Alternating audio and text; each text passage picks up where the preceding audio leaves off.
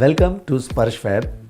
स्पर्श फैब 1999 में स्पर्श फैब का रजिस्ट्रेशन हुआ और ये कंपनी हमारे फादर ने स्टार्ट करी थी with a very very humble beginning of 12 looms in house. 25 एक लोगों का स्टाफ होगा उस समय। एक्चुअली उस दौर में, उससे पहले वो धोती मलमल बनाते थे। उन्होंने 1999 के आसपास की पीरियड में 1995 से उन्होंने कन्वर्जन किया शर्टिंग की तरफ, जब यार्न डाइड शर्टिंग का एक ट्रेंड आया। उससे पहले बहुत प्लेन शर्टिंग्स का या प्लेन धोतीज मलमल्स का ट्रेंड था। यार्न डाइड एक नया उस समय नया डेवलपमेंट आया था। उन्होंने बहुत जल्दी इस चीज़ को पकड़ा, इस चीज़ में आगे डेवलपमेंट्स किए, काफ़ी नई चीज़ों को एक्सप्लोर किया। शर्टिंग्स में यार्न डाइड की डिज़ाइंस बना के उसका अच्छा उनको रिज़ल्ट मिला। उस समय स्कूल यूनिफॉर्म बहुत प्लेन शर्टिंग हुआ करती थी, प्लेन फैब्रिक हुआ करते थे।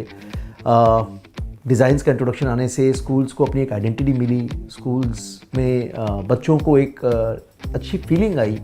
स्मार्ट यूनिफॉर्म का एक ट्रेंड निकला इंडिया में। स्कूल्स भी लाइक कर रही है, बच्चे भी लाइक कर रहे हैं।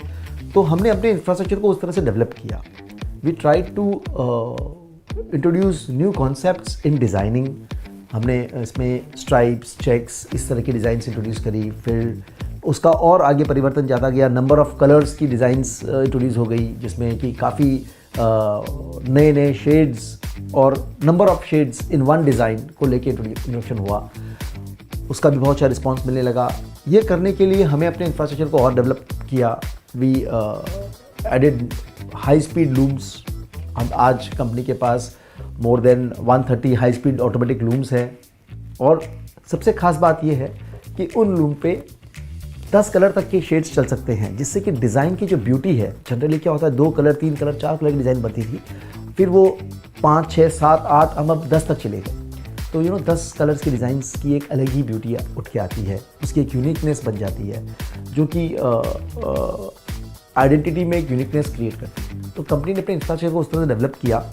अब एक और नया ट्रेंड आ रहा है। जैसे कि कोई भी ट्रेंड आता है तो फिर वो यूनिक कुछ दिन रहता है, यूनिक हमेशा नहीं हो सकता। हमेशा यूनिक रहने के लिए हमेशा एक कदम आगे सोचना पड़ेगा।